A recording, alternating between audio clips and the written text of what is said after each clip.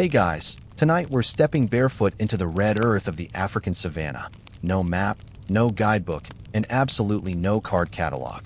You're standing in a clearing surrounded by domed huts, their thatched roofs shimmering gently in the moonlight. A low drumbeat pulses in the distance, calm but insistent. You're not lost. You've just entered a library unlike any other. And you probably won't survive this if you're looking for a Wi-Fi signal. Here in the 19th century Zulu kingdom, knowledge isn't filed under alphabetized tabs or sorted into dusty rows. It's alive. It breathes. It dances. And sometimes it even sings. The library here walks, fights, and negotiates treaties. If you want to access it, you don't need a library card. You need ears, trust, and time. So, before you get comfortable, take a moment to like the video and subscribe, but only if you genuinely enjoy what I do here. And if you're listening from somewhere cozy tonight, post your location and local time in the comments. Now, dim the lights, maybe turn on a fan for that soft background hum, and let's ease into tonight's journey together. You shuffle quietly into a Zulu kraal. Think of it like a compound, round and purposeful, with a central space flanked by homesteads and storage huts. It's late evening, but still warm, and you're greeted not with silence, but with layered sound. Someone is humming a tune low and slow. Another person sharpens a spear with rhythmic sh clicks. Children laugh somewhere off in the shadows. This is where the library begins, not with books, but with people. Each adult here, especially the elders, is a living vault. They've memorized entire genealogies, regional crop rotations, herbal recipes, and battle strategies. The information isn't stored in a room. It's stored in routines, stories, and ceremonies. And if you're patient enough, someone just might let you in. You notice a man standing nearby, leaning on a knobbed stick. His expression is unreadable, serious, maybe slightly amused, but his presence commands respect. That's not just some village elder. That man is an Izinduna, a counselor. And in this context, he's something like a chief librarian. But instead of a cardigan and bifocals, he's got a cape made of wildcat fur and a memory like a steel trap.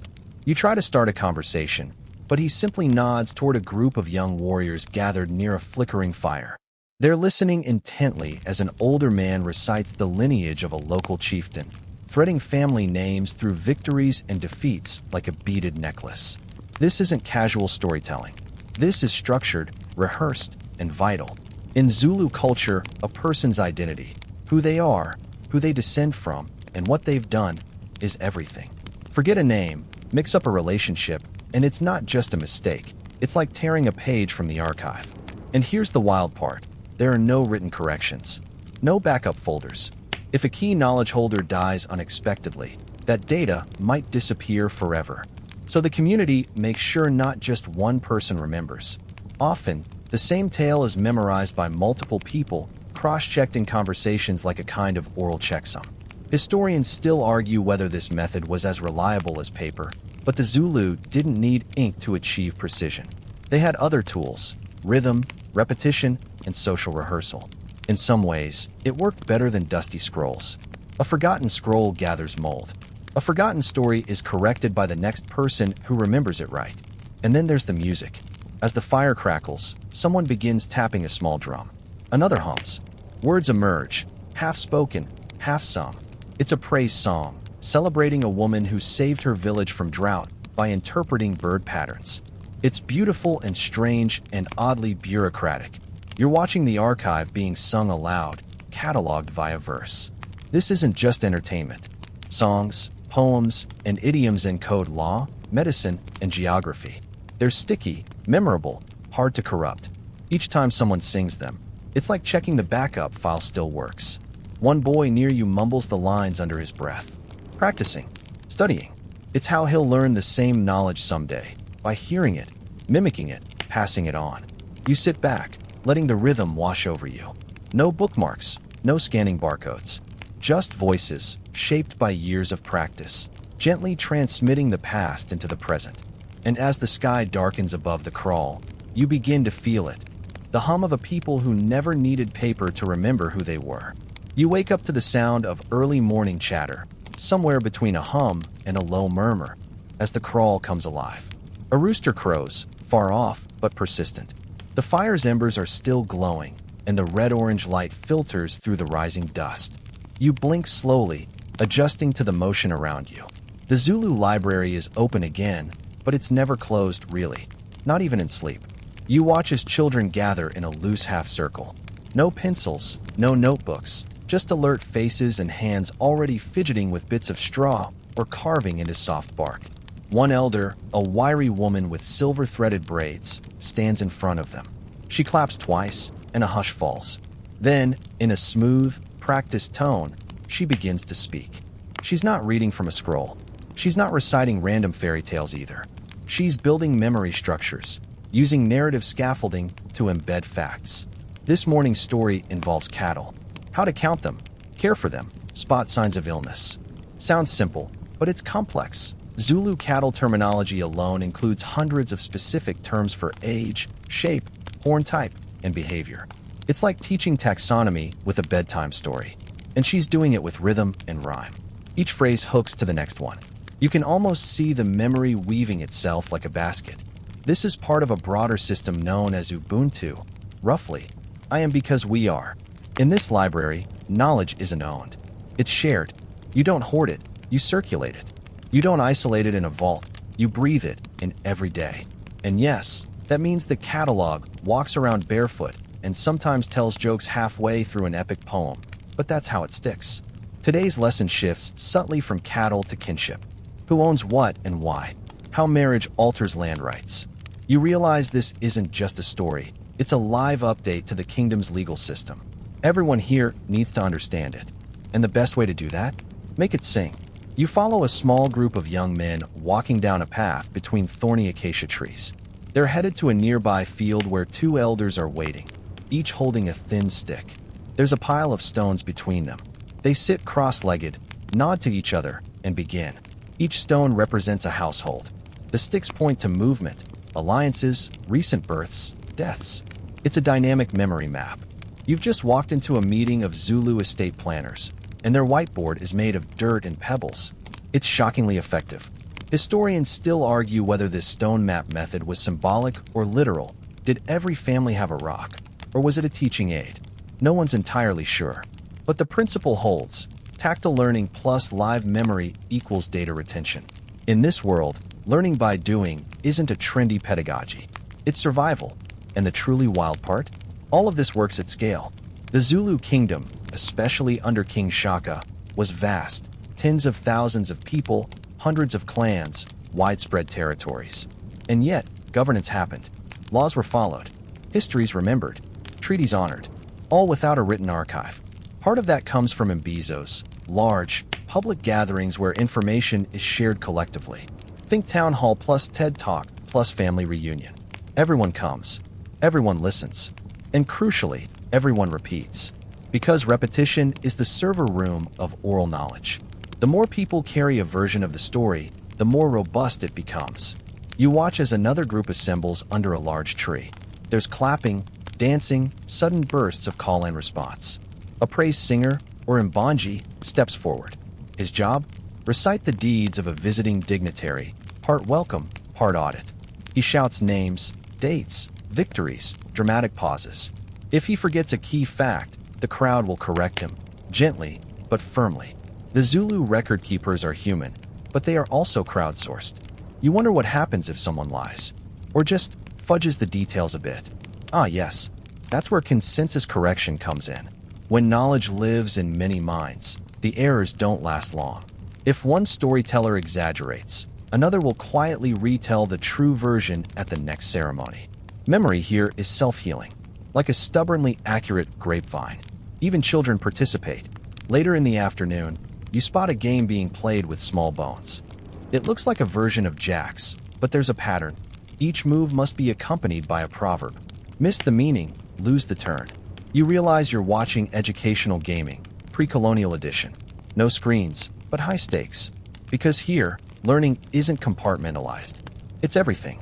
And that's perhaps the most surprising feature of the Zulu library. It isn't hidden in elite spaces or hoarded by scholars. It's everywhere. In every handshake, greeting, lullaby, and dance. You begin to see how information moves, not by ink, but by heartbeat. not by shelves, but by social rhythm. As the sun sinks low and a golden glow softens the village, you sit again by the fire. Someone begins a slow chant. Another joins, then another. It's not planned, not announced, but you feel it. The night class is in session. No desks, no roll call, just the gentle thrum of centuries being remembered by heart. You're still on the edge of the firelight, listening as the low chant fades into something more playful.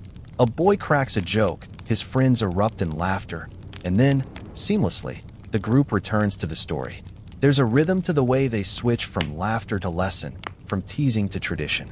You're starting to feel it in your bones now. This is not just memory. This is choreography. This evening's tale turns toward war, not just battles, but how the Zulu kingdom prepared for them.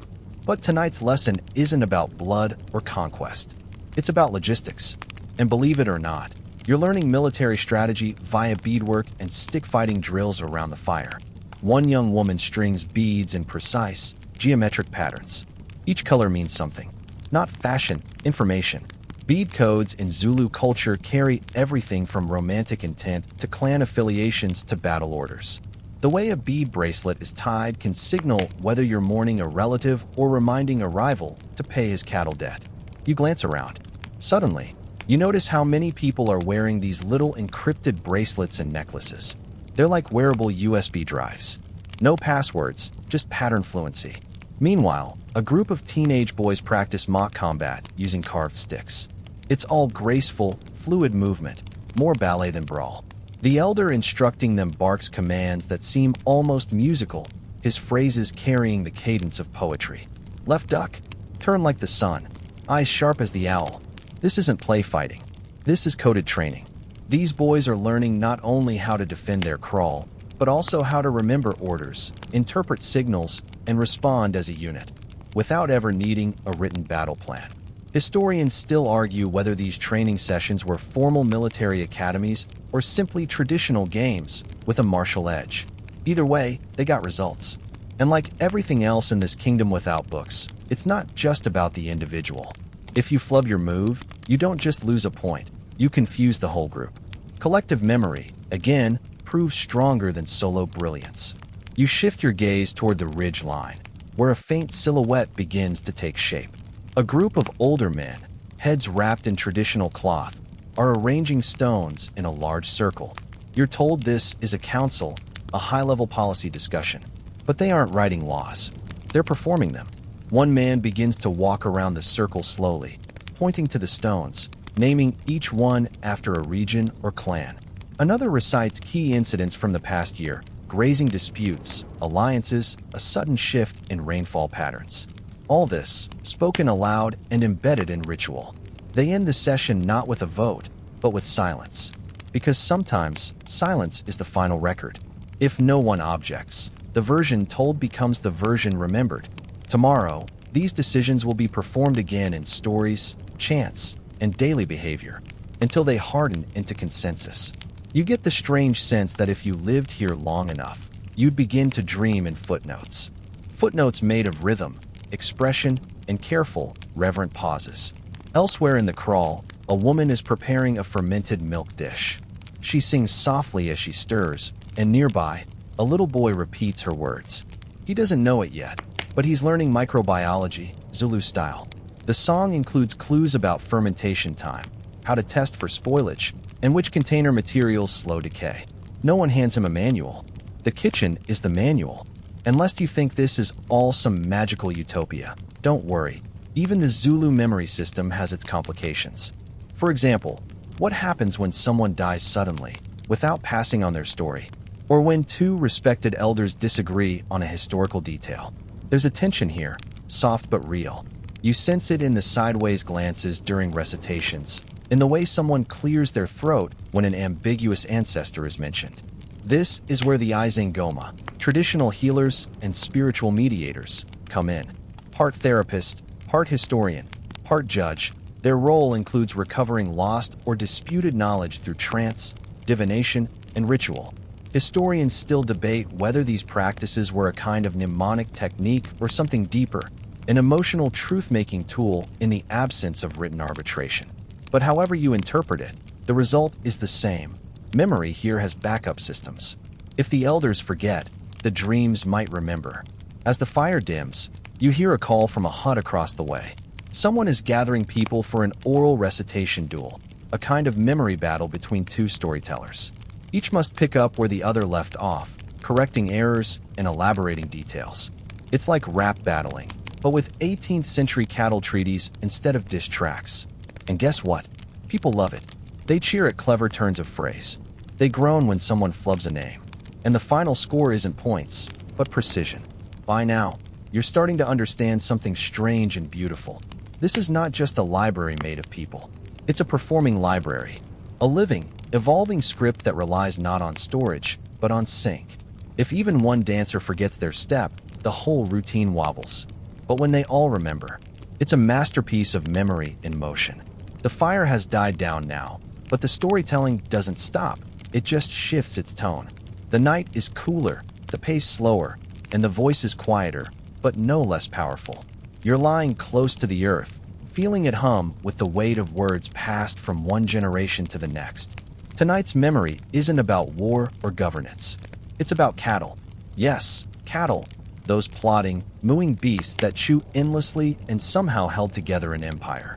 You're about to learn that in the Zulu kingdom, cattle weren't just food or wealth. They were a memory system. You notice a group gathered around a central pen, lit only by flickering oil lamps. They're naming cows, not with numbers, but with intricate stories. Each cow has a lineage, a temperament, a transaction history. One was given as a wedding gift between clans. Another saved from a flood and now brings luck. A third is descended from a beast traded by Shaka's own cousin to seal a peace deal. You blink. You're watching a livestock ledger being updated in real time, with gossip, jokes, and ceremony. Each name isn't arbitrary. It encodes relationships, debts, and power. A wrong name could insult an ally or erase a vital memory. And so, each person present echoes the name softly, like a backup chorus for an oral spreadsheet. You wonder how anyone remembers all this. And then you see it. An old woman sitting slightly apart is drawing in the dirt with a stick. The marks are abstract, spirals, slashes, dots, and she's not explaining them aloud. But every so often, someone glances her way and nods. These aren't just doodles. They're memory prompts. Think of them like a secret bookmark that only her brain can fully read. Historians still argue whether Zulu communities used proto-symbolic writing or if these marks were purely mnemonic. Some say they were never meant to preserve meaning permanently, only to jog a reciter's memory during high-pressure moments. Either way, it works. Suddenly, a child bursts out laughing nearby. A young man has just mixed up two cow names during a courtship story. An innocent slip, except one of the cows is famously flatulent. The crowd erupts. The boy blushes. And just like that, a new story is born. That moment, the mistake and the laughter will now become part of the oral record. Memory here is elastic. It allows for error, even celebrates it. Because errors aren't seen as corruption, they're seen as layers.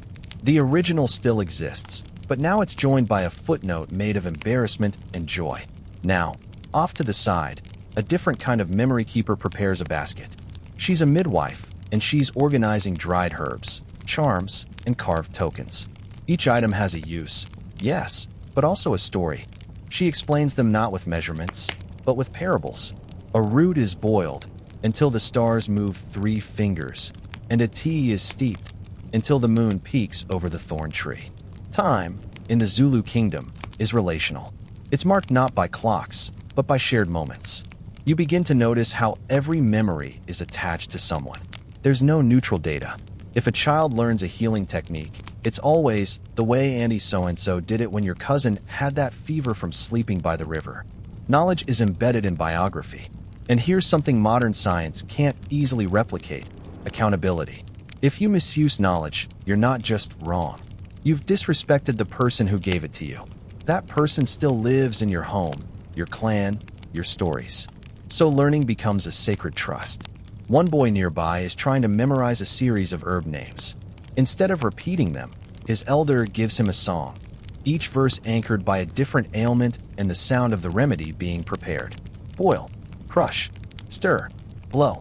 It's like a pharmaceutical jingle, but with spiritual resonance and way better rhythm. You lie back again and gaze up at the stars. There are no written maps here, but a shepherd murmurs the night's path to himself. Follow the split one, then curve below the scorpion's sting. The grazing is sweeter where the night smells like wood smoke. Even navigation is encoded in sensation. Smells. Sounds. The angle of moonlight on a termite hill. You begin to understand why this place doesn't need a library building, because the entire environment is a library. The wind turns pages. The rain bookmarks chapters. Every stone and tree contains a phrase, a warning, a punchline. And if you think that's poetic nonsense, consider this. Early European colonial officers in southern Africa often complained that the Zulu remembered too much. They were baffled that local chiefs could recall, in detail, agreements made decades earlier, sometimes word for word. No signatures, no paperwork, just ironclad memory, reinforced by rhythm, ritual, and repetition. So the next time you forget your Netflix password, just remember, somewhere, once, a kid was remembering the name of a cow, the taste of a healing root, and the position of Orion's belt, just to earn a bedtime story. And now, as the night air thickens and your eyelids drift, that story is becoming yours too. Morning arrives in this memory softly, not with an alarm clock or a clanging bell, but with the low call of a herdsman and the crunch of dew-covered grass underfoot. You wake to the warmth of the sun rising over rolling hills and the quiet murmur of preparations underway. Today, you're heading into the beating heart of Zulu information sharing, the Indaba. No dusty scrolls, no catalog systems. But trust me, this is no less complex than the British Museum's archives. You follow a group of people, young, old, powerful, and curious, as they converge toward a clearing framed by tall aloes and acacia trees. Everyone seems to know exactly where to sit, whom to greet, and when to fall silent. This isn't chaos. It's a memory protocol wearing the disguise of a village meeting. An Indaba, at its core, is a decision-making and story-preserving machine. Think of it as a living, breathing conference room where every file is a human being, every voice a scroll unrolling, every argument a footnote that might just rewrite a chapter. Someone clears their throat, and then the archive opens. One elder rises, tall, lean, eyes like burnt coals, and begins with a chant that isn't quite a song, but isn't plain speech either. His words carry the rhythm of hoofbeats and rainfall, and as he speaks, the others nod, click their tongues, or murmur, Yebwa. Yes, true, go on. This isn't performance. It's oral verification. The elder tells a story from his youth, about a land border agreed upon during a time of drought. But halfway through, another elder interrupts, not rudely, but with a correction. The river was lower that year, he says. The bees swarmed earlier.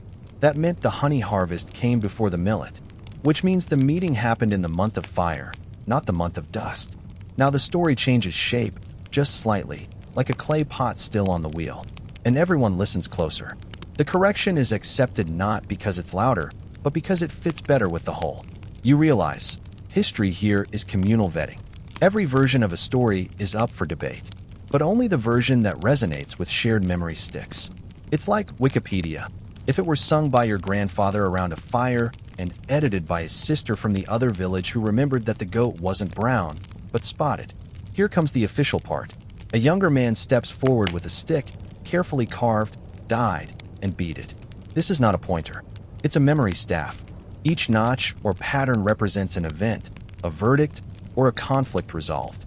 He holds it out for the council to see as he speaks, and the staff becomes his credential, his archive key, his Google login. Historians still debate whether such objects qualify as writing. Some argue they were never intended to encode direct speech, but were prompts, mnemonic scaffolds to rebuild stories on the spot. Others insist that the Zulu system represents a parallel form of literacy, one rooted in memory and muscle, not ink and parchment. Either way, it's working. A woman now speaks up, her voice strong and level. She reminds the group of a past injustice, a widow whose land was taken by an unscrupulous cousin. Her story is half remembered by some, misremembered by others. But then she reaches into her basket and pulls out a knotted cloth. It's framed, but intact. Each knot marks a grievance. each color a clan. She begins to untie them as she speaks, the way others might turn a page. The room stills. Even the children go quiet. Memory, in this moment, is sacred. You marvel at how the information travels, by gesture, by fabric, by rhythm. Everyone is both witness and participant, a walking archive of encoded emotion and social data. If someone forgets, someone else remembers. If someone misremembers, someone else corrects. Not with shame, but with gentle insistence. Back in the modern world, you think of debates happening online, shouting, blocking, screenshots. And then here, the Indaba, where corrections are made through humble authority and time-earned credibility. You don't need a citation if you were there, and if 5 other people nod when you say it. Then something strange happens. A child asks a question. What if we forget everything someday? The entire group pauses. And then the oldest woman, her face like creased bark, her voice like rustling grass, leans forward and says, "Then we start again." But someone always remembers the beginning. You exhale. Because that's the thing about this Zulu library. It's never closed. It lives in voices. It walks in circles. It sits beside fires. It doesn't crumble in the rain or depend on battery life. And so, as the Indaba winds down and people scatter, you realize that today's meeting didn't just preserve facts. It rehearsed memory. It reminded everyone not just of what they knew, but how they know it. Through story, song, correction, and cloth.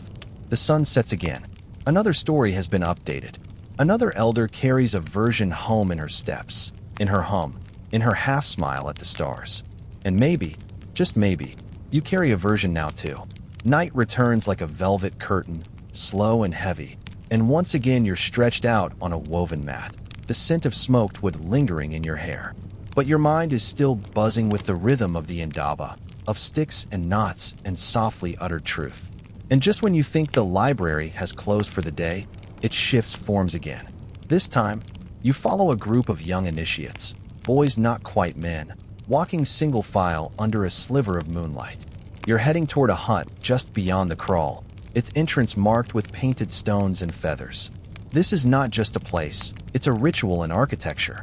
You're stepping into the Zulu house of memory.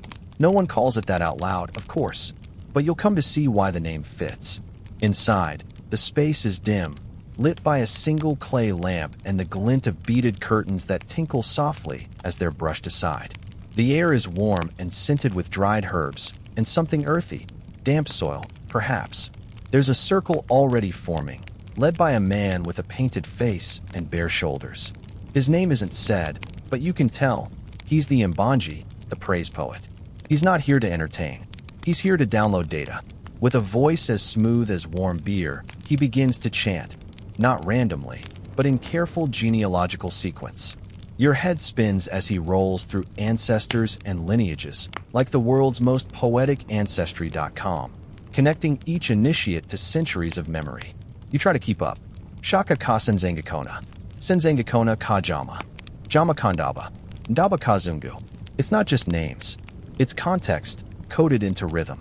As each name is uttered, the boys around you are nodding, repeating in unison, weaving these figures into their own bones. This isn't a bedtime story. This is a backup of identity, restored nightly.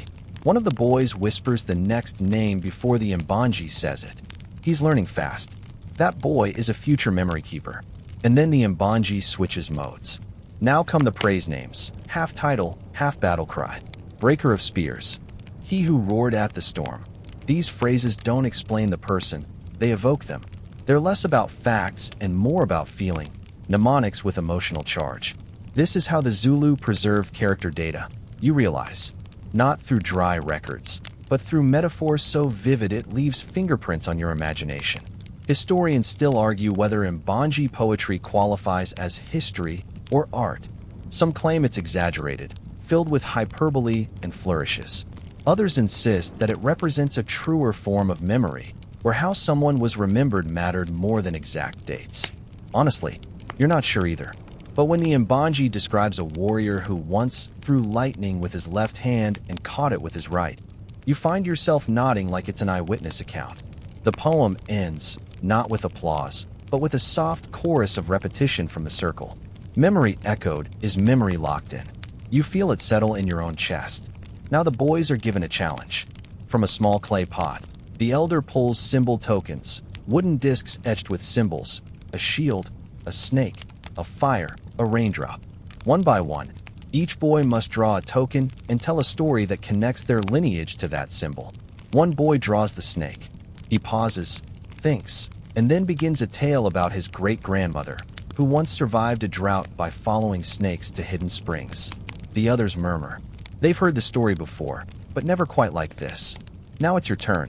You draw a shield, and suddenly you're grasping for fragments. Was it the time your ancestor stood guard at the river ford? Or maybe when he forged new spears from melted metal after a raid?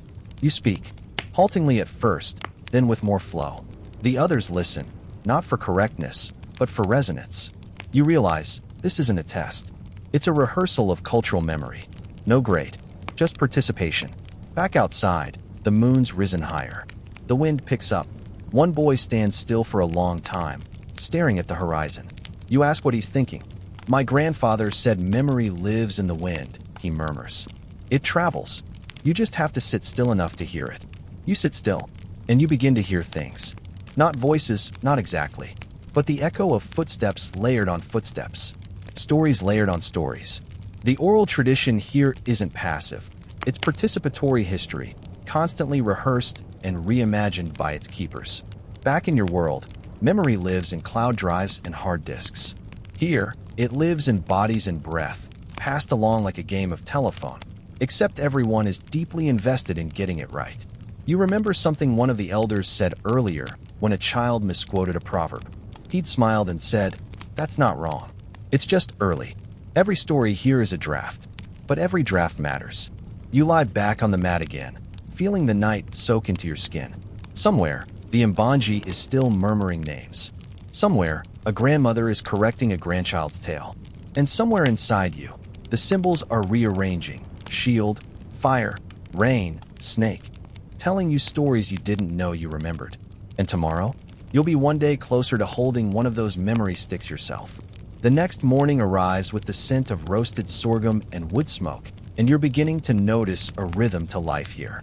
Everything is slower, but nothing is lazy. Even a breakfast porridge feels like part of the record-keeping process. Each meal cooked the way it has been for generations, each utensil carved by hand in a pattern passed down from elder to child. But today, you're not headed toward the crawl or the storytelling hut. You're following a line of young women, baskets balanced effortlessly on their heads, ankles jingling with seed bead anklets. They're off to visit a traveling memory, and you're lucky enough to tag along. That's right, a traveling memory. Turns out, not all Zulu knowledge stayed in one place. Sometimes, memory had legs. Or rather, oxen. See, in a world without written ledgers, people became the archives. Specific individuals were tasked with learning, and then physically carrying chunks of the kingdom's oral record across great distances. Imagine a living library mounted on the back of a wagon, with a brain like a perfectly indexed filing cabinet. These were the itinerant elders, memory messengers who served smaller, outlying communities that didn't have their own Mbanji or master historian. And today, one of them has come to this village. You're led to a shady clearing where a tall man sits under a tree, legs folded, back straight as a drumstick. He doesn't speak at first. He waits to be asked. It's part of the ritual. You approach slowly, and one of the girls offers him a carved calabash filled with fermented milk. He takes a sip, then nods. Only now does the session begin. He starts not with names or battles, but with a map made of footsteps. He describes a journey his grandfather once made, from the Drakensberg to the Indian Ocean, narrating landmarks by memory. A tree where vultures always gather. A rock that sings in the wind. A river shaped like a curled sleeping dog. You close your eyes and you can almost see it. This oral cartography is not random. It's route-based memory storage, passed down so that future travelers can navigate not by stars or compasses, but by stories etched into terrain. Historians still argue whether these kinds of memory maps were reliable enough for warfare or trade. Some scoff, saying too much gets lost in translation. But recent research comparing oral directions to satellite maps has revealed startling overlaps. A particular tale of 7 turns near the mountain that drinks the fog, turned out to be eerily accurate. You smile. Who needs GPS when your cousin's cousin's uncle is basically a human Google Earth? The elder shifts topics now. He's talking about cattle brands, not just the physical marks scorched into hide, but the oral songs that go with each one. That's right, each family brand comes with a song. When a cow is sold or traded, the song travels with it. That way, anyone who hears the cow lowing in a distant village can hum the brand's tune and confirm its origin. You didn't just buy an animal, you bought its story. He hums one of the songs now. It's low and looping, like a lullaby sung into the earth. The women around you join in, harmonizing gently. You feel goosebumps. This isn't just sentimental tradition. It's a decentralized system of trust verification built into culture. He pauses. Then, as if opening a new chapter, he begins to list ghost trades, deals that were never written, only spoken, but still legally binding. One involved a dowry of 10 speckled goats. Another, a wedding dress passed down through 5 generations. Each trade is remembered because it was sung into ceremony, spoken into permanence. The crowd murmurs. Everyone here remembers at least one of those ghost trades. Some are even descended from them. You realize that in this culture, memory is layered. There's personal memory. Who gave you that bracelet? Then tribal memory. Who married whom? Who crossed the river first? And then kingdom memory. Who united which clans? Which cattle herds fed which armies? And everyone carries at least one layer. You glance over at a young girl beside you. She's no older than 10, but she's mouthing the elder's words as he speaks. She knows these stories already. She's been hearing them since she was in the womb, probably. When the elder finishes, he doesn't ask for thanks. Instead, he's given a fresh bundle of dried herbs and a soft-spoken word. Hambani kale, go well. He'll take these gifts and the stories he's recharged today and carry them to the next village. Like a living battery of collective wisdom. You follow the women back into the village, your brain buzzing with fragments, songs, paths, cow names, ghost trades. Your Western mind wants to write them down, but you stop yourself. Instead, you whisper them. A rock that sings in the wind. A wedding dress with 5 owners. A cow with a lullaby. You whisper until they stick. And in that moment, you're no longer just a tourist in this strange, invisible library. You're a page in the collection. One more soul carrying data forward. You wake up the next day to the rhythmic creak of wooden wheels outside your hut. Another memory is arriving, but this one isn't on 2 legs. It's a memory object, a ceremonial drum being wheeled in for repair. And like everything else around here, this drum is more than it looks. It isn't just for dancing or music. It's a container of historical moments, sealed inside hide and wood and time. The moment you step outside, you see that this drum has its own following. A group of boys crowd around it like it's a celebrity. One pokes the stretched hide reverently. Another starts mimicking its beat with a stick on a tree stump. And a very serious elder is gently brushing dust from the carved rim. Here's the thing. In the Zulu kingdom, objects remembered things too. But not passively. Not like an old book you might forget on a shelf. These were activated artifacts. Every time you used them, you brought the memory back to life. The drum, for instance, was beaten only during council gatherings, each beat aligned with decisions made. The elders remember which rhythm marked the agreement between 2 rival clans. They remember the cadence that sealed a land-sharing deal. And if you mess up the rhythm, well, then you're rewriting the record. Which, around here, is basically historical blasphemy. You ask someone how they know the difference between this drum and others. They scoff gently and say, because it smells like the rain that fell during the war with the Ngwang. You pause. That can't possibly be literal. Or can it? You get a little closer and, yeah, there is a strange earthy musk rising off the drum's hide. Old storm, sweat, wood smoke, and maybe fear? Historians still argue whether sensory cues like smell or touch truly aid memory in oral cultures. But spend 10 minutes here and you'll realize it's not even a debate. Of course they do. Smell is a footnote. Touch is a citation.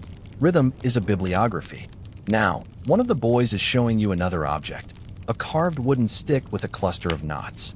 It's a memory rod, and each knot marks a significant event. Birth, marriage, harvest, battle. They don't read the stick left to right. They feel it, like braille for the soul. This stick belonged to the boy's grandfather, who would run his fingers over it before telling stories. If his fingers paused too long on one knot, he knew that memory needed repeating. You watch the boy do the same thing now, hesitating at a deeper groove near the top. "This one," he says, "is when my uncle was taken by a lion." You nod solemnly, unsure what to say, until he grins and adds, "He survived." Barely, but we don't say that part until the end. Quirky, yes, but also brilliant. Tactile storytelling keeps the speaker grounded and the audience suspenseful. A very old-school form of pacing. Just then, someone brings out a ceremonial necklace made of teeth, seeds, and shells. Each element was added during a rite of passage. The necklace, worn by women during ancestral blessings, is never washed. The oils of every ceremony cling to it, layer by layer. You're beginning to realize the Zulu didn't just organize their library. They wore it, danced it, chanted it, fixed it when it cracked, and passed it down on foot. A child runs up to you now holding a small, carved bone pendant. At first, you assume it's just decorative, but then she holds it to her forehead and closes her eyes. "This is the story of the stars," she says. And before you can ask, she launches into a soft, lulling tale about how one ancestor trapped a piece of the moon inside a calabash, lighting the world in thirds. Does this tale come from astronomy? Maybe. Or mythology? Perhaps. Historians still argue which Zulu stories map directly to cosmic events. Some swear certain star clusters line up with oral timelines. Others say it's projection. But in this moment, none of that matters. The story lives, and the pendant is its key. You glance back at the drum, which is now being gently lifted and placed under a lean-to for reskinning. As it goes, the boys clap a rhythm you now recognize. It's the vote that united 3 villages. The sound itself carries the decision. You're surrounded by 100 little objects that remember more than any scroll. You don't just see history here. You touch it, sing it, wear it. And the best part? If you forget, the objects will remember for you. Hey, you've already wandered far into this rich, living library of the Zulu kingdom, and now it's time to step into one of the most tactile corners of this bookless archive, the Calabash Archive. No, you're not about to dig through dusty manuscripts or skin glowing screens. Instead, you're handed a smooth, round calabash, a hollowed-out gourd, polished by countless hands, painted with patterns both meaningful and mysterious. It's a bit like holding a hard drive, if hard drives were crafted by artisans and carried the whispers of generations. The calabash isn't just a container for sorghum beer or a vessel for water. Here, it's a symbol, a memory box, and a coded archive all in one. Each carved groove, painted swirl, an arrangement of beads glued or sewn to its surface encodes stories, laws, genealogies, or warnings. You run your fingers over its surface, feeling the textures, and realize this is knowledge you don't just read, you experience. This isn't just information. It's a multi-sensory archive that activates memory through touch, sight, and ritual. But why calabashes? Well, the Zulu are brilliant at turning everyday objects into mnemonic devices, things that prompt recollection without a single written word. In fact, many of these calabashes are personalized. Clan leaders or elders commission them to hold specific data relevant to their family's history or to the sacred rites of the community. Each one is like a bespoke flash drive, encrypted in symbols and codes only fully understood by initiated keepers. This way, even if an outsider glimpses it, the files remain secure. Beads, too, play a starring role here. You might recall from earlier that beadwork isn't just decorative. The colors, patterns, and sequences are a language, an alphabet in itself. When combined with calabashes, they enhance the archive's search function. Certain bead colors might signal a warning, a celebration, or a record of alliances. They're the equivalent of hyperlinks in this oral and material network, connecting one memory device to another. Imagine a string of beads looping around a carved gourd, each bead a chapter or a footnote, clicking together into a larger story. Sticks and carved wooden objects also form part of this archive system. Some sticks bear notches or painted marks, recording cattle counts, marriage agreements, or even spiritual prayers. Others are used in ceremonies where holding or passing the stick triggers specific chants or memories. In this way, knowledge is embodied, activated by touch, by movement, and by the shared recognition of meaning. It's fascinating how this network of artifacts transcends what we think of as a library. There are no pages, no covers, no digital screens, but the memory is just as vivid and just as complex. Historians still argue whether these objects should be classified as books or archives or something entirely different. One thing's for sure, they function as repositories of knowledge, and their physicality demands a different kind of engagement. You can't skim a calabash, you have to savor it, handle it, and participate in its unfolding story. Picture an elder carefully presenting a carved calabash during a ritual, tracing patterns with reverence, while the assembled community listens, learns, and adds to the story. The object becomes a living dialogue, a physical interface between past and present. That's the essence of this archive. Living, breathing, tactile. Oh, and here's a quirky twist. Some calabashes are even designed to rattle when shaken, embedding another layer of mnemonic magic through sound. So, the archive doesn't just sit quietly. It hums, rattles, and sings. Remember when you learned about the praise singers? The Calabash Archive complements their songs, providing a physical anchor to the intangible stories they perform. Together, these oral and material systems weave the fabric of Zulu knowledge, alive, resilient, and brilliantly adapted to a world without paper. Now that you've felt the weight and texture of the Calabash Archive in your hands, let's slip into another realm of Zulu knowledge transmission, inkless diplomacy. Imagine yourself at a royal gathering, where no one carries a briefcase stuffed with documents or a smartphone buzzing with emails. Instead, you witness a silent yet powerful exchange, where words are wrapped in proverbs and meaning is decoded in posture and gesture. Zulu diplomacy doesn't rely on written treaties or contracts. It depends on language's rhythm and the art of reading between the lines, literally. Ambassadors and leaders engage in what scholars still debate as a unique form of reading that blends spoken word, body language, and cultural symbolism. You could say it's a high-stakes game of poker, except the cards are metaphors and the tell is a subtle nod or the tilt of a head. Picture a diplomat arriving at the royal kraal. Before a single sentence is uttered, his attire broadcasts messages, colors, patterns, and adornments signal his clan, rank, and even his mood. His posture, whether he stands tall or bows slightly, sends signals about respect, submission, or challenge. The opposing party watches, listens, and reads these signs, adjusting their approach accordingly. When words come, they are often wrapped in proverbs, short, vivid sayings loaded with layers of meaning. A phrase like, "The reed that bends is stronger than the oak that resists," isn't just a poetic flourish. It's a strategic argument about flexibility in negotiations. You might chuckle imagining diplomats dropping these nuggets like verbal ninjas, slicing through tension with cultural wisdom. But there's more. The tone and cadence of speech are carefully modulated to convey honesty, urgency, or caution. A diplomat might slow down for emphasis or speed up to unsettle the listener. This oral code creates a complex dance where understanding is not about the literal text, but the entire performance. This system has its risks. Misreading a gesture or proverb could lead to misunderstandings, or worse, conflict. That's why diplomacy in the Zulu kingdom required deep cultural knowledge and training.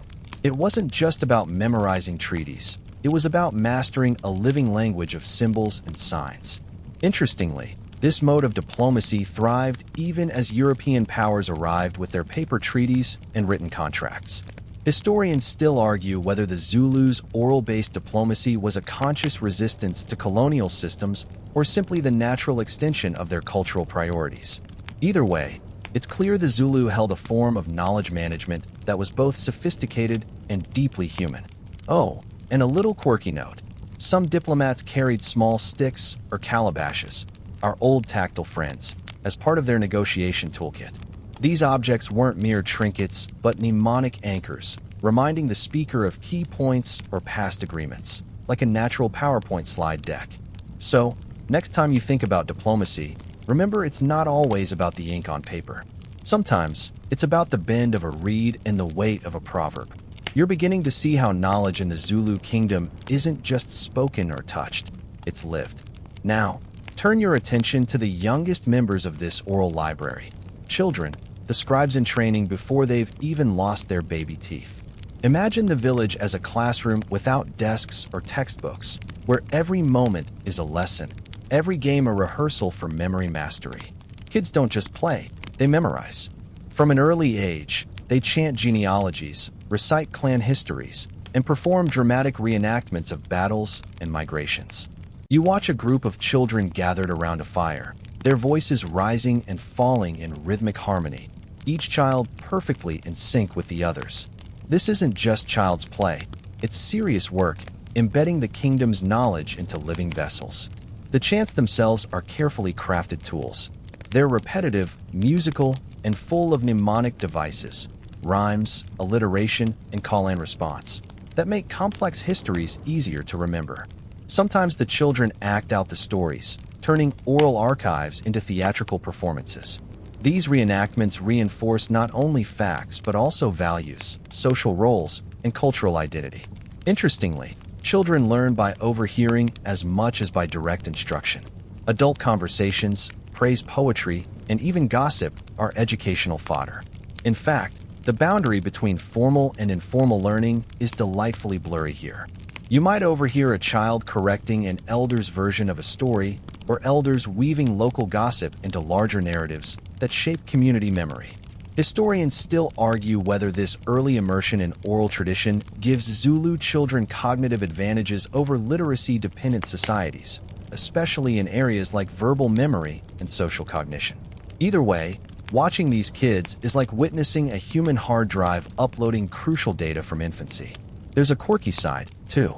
Some children have special nicknames linked to historical figures or clan heroes, reminding them daily of their role in this grand story. Imagine being called Little Shaka before you can even tie your sandals. It's both a badge of honor and a hefty expectation. As you continue observing, you notice that this method of education is remarkably inclusive. It cuts across gender and social status, ensuring the survival of knowledge across the entire community. Boys and girls alike learn the songs and stories, though sometimes with slightly different emphases reflecting their future roles. Remember those calabashes and bead codes? The children are gradually introduced to these objects as part of their training, linking the tangible with the intangible. They're learning not just to memorize stories, but to read the physical signs embedded in the world around them. So, in this village without written books, children become living scrolls, walking archives who carry the past forward on their tongues and in their gestures, ready to become the next generation of knowledge keepers. You've watched children grow into living archives, their voices carrying the weight of history. But now it's time to turn your attention to a library that's literally etched on skin, the Library of Scars. Step closer, and you see warriors and elders whose bodies tell stories as vividly as any scroll or song. Battle wounds, tattoos, and body adornments aren't just decoration or accident. They're pages in a living book. Imagine a man's scarred chest as a map of past battles. Each mark a chapter filled with bravery, loss, or survival. These scars tell you where he fought, what enemies he faced, and even which clan he defended. The pattern and placement aren't random, but intentional and meaningful. You almost feel like you're reading a personal history written in flesh and healed wounds. Tattoos work similarly. Unlike many cultures that use tattoos mainly for aesthetics or rites of passage, Zulu tattoos often encode clan affiliations, social rank, or spiritual protection. The ink is less about vanity and more about identity and memory. You learn that some elders bear intricate designs that signal their role as custodians of sacred knowledge, visually marking them as living libraries. Adornments, beaded necklaces, armlets, and headpieces add another layer. These aren't just flashy accessories, but part of a complex symbolic system. Each color, bead shape, and arrangement encodes information about lineage, achievements, or spiritual status. The whole body becomes a multimedia archive, where movement and posture bring the stories alive. There's a fascinating fringe theory among anthropologists that suggests some scars may even function as mnemonic devices, helping individuals recall oral histories or ritual sequences through tactile sensation. Imagine running your fingers over a familiar scar and unlocking a story stored deep in memory. Though, Of course, this idea sparks plenty of debate. This corporeal library also serves a social function. When you meet someone for the first time, their book of scars and tattoos tells you who they are before a word is spoken. It's a physical resume, history lesson, and spiritual guide rolled into one. You might even say it's an early form of personal branding, but way more badass. Remember how you once marveled at the calabash's tactile storytelling? Now you see that the body itself is the ultimate artifact, portable, durable, and always with you. But unlike objects, skin records time's passage, showing not only where you've been, but how you've changed. Interestingly, historians still debate how much these bodily archives were consciously designed versus naturally formed. Did warriors seek scars as status symbols, or were some marks mere accidents elevated to meaning by community storytelling? The truth probably lies somewhere in between. So, as you take in this gallery of living histories, you realize that the Zulu library isn't confined to buildings or objects.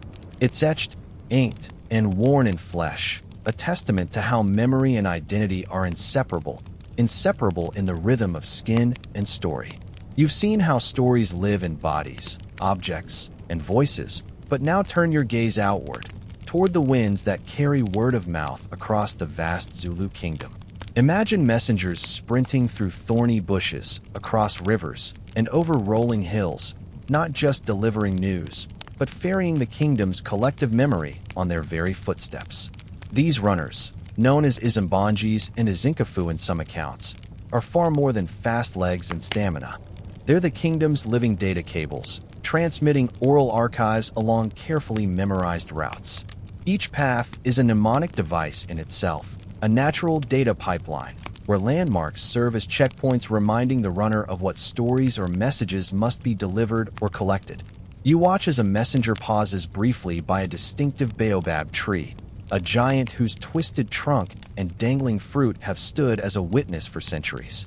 The tree isn't just scenery, it's a mental bookmark. At that spot, the runner recalls a specific clan's genealogy or a recent royal decree. Then, with a nod and a breath, they sprint on, carrying the living history to the next village. Interestingly, these runners sometimes carry objects, like those carved calabashes or bead strands, as physical prompts to ensure accuracy. The combination of oral memory and tactile artifacts creates a robust system that minimizes errors despite the vast distances and complex information. Historians still argue about how standardized this messenger system was. Some suggest it was an elite, highly trained cadre, while others believe it was a more informal network rooted in community cooperation. Either way, it's clear that these runners were crucial to the kingdom's ability to maintain cohesion and continuity. The messenger's role goes beyond mere information delivery. Their presence is also symbolic, a living link that reinforces alliances and trust between distant clans. When a runner arrives, it's a sign that the kingdom's heart still beats in rhythm with every village, no matter how far-flung. There's a quirky tradition that some runners use whistles or coded calls to communicate over long distances, a kind of sonic semaphore that only insiders understand. It's a bit like a secret group chat before WhatsApp was a twinkle in anyone's eye. Remember the praised singers who wove stories in song? The runners' oral transmissions are like the unsung verses, quiet but vital, ensuring that the kingdom's vast library never loses a page as it travels on the wind. So next time you think about data delivery, imagine this ancient system, fast, efficient, and profoundly human, carrying not just messages, but the lifeblood of a culture. You've trailed the runners and felt the weight of living scars, but now, experience the hush of a different kind of shelf, when silence holds the shelf. Here, knowledge is kept not in loud songs or visible carvings, but in silence, secrecy, and sacred trust. Step quietly into a secluded grove or inside a dim hut where certain words, rituals, or histories are reserved for the initiated few. This silence isn't emptiness. It's a dense, almost tangible presence that holds the power of the unseen and the unsaid. It's like a hidden room in the library that only a few have keys to, or rather, only a few have earned the right to enter. In the Zulu tradition, some knowledge, especially about spiritual matters, sacred rites, or clan secrets, is deliberately withheld from the general public. The guardians of this knowledge are sworn to silence or to carefully guarded verbal codes. To speak too freely is to risk losing power, respect, or even community balance. You might overhear elders reminding each other that the tongue is a sharp knife, capable of harm if wielded carelessly. So, silence here is a tool as vital as speech. Certain stories are passed only during specific ceremonies or at carefully chosen times, wrapped in layers of metaphor or ritual. Interestingly, the methods of guarding knowledge aren't only verbal. Taboo objects, secret signs, and ritual dances serve as boundary markers, warning outsiders that this is not common knowledge. Historians still argue whether these secrecy practices were designed primarily to protect spiritual power or to maintain social hierarchies. Probably both. There's a quirky paradox in this silence. It can actually amplify the knowledge it guards. By making certain stories forbidden or hidden, their mystique grows, encouraging deeper respect and curiosity. Imagine a restricted section of a library that no one can touch, but everyone reveres. This silent shelf also highlights a key difference from written archives. Where a book can be stolen or copied, secret oral knowledge depends on trust, memory, and community bonds. Its survival hinges on human fidelity rather than physical durability. You might compare this to the dark web of knowledge, hidden, encrypted, and accessible only through initiation. But unlike any technology, it lives in hearts and minds, carried through rites that tie individuals to their ancestors and to the land. So, as you stand in this hushed space, you realize the Zulu library isn't just about sharing knowledge. Sometimes it's about knowing when to keep quiet, because silence itself can be a powerful story. You've walked with runners, touched scars, and felt silence hold stories. But now the journey bends toward change, the chapter of unwritten yet undying. Picture the Zulu kingdom as colonizers arrive, armed with books, pens, and a world where knowledge is ink on paper, not breath or bone. At first, it might seem this new form of record-keeping would sweep away the oral traditions like a felt fire through dry grass. But the Zulu oral library doesn't just break or vanish, it bends, adapts, and sometimes resists in surprising ways. Imagine a river forced to carve a new path, but still flowing strong beneath the surface. Colonial officials introduced written treaties, maps, and school systems, all of which aimed to replace oral histories with documented facts. But the Zulu people didn't simply surrender their stories to the printed page. Instead, many oral traditions absorbed, transformed, or quietly coexisted alongside these new records. For instance, some elders began to use written materials as prompts, combining the old mnemonic songs with new paper archives, like a hybrid system where oral and written knowledge cross-pollinate. In some villages, children learned to read and write, but continued the centuries-old practice of storytelling and communal memory. Historians still argue whether this blending saved the oral tradition or diluted it. Did the arrival of literacy empower the Zulu people with new tools or undermine the richness of their living library? The debate continues, but what's clear is that the oral system's resilience defies simple narratives of loss.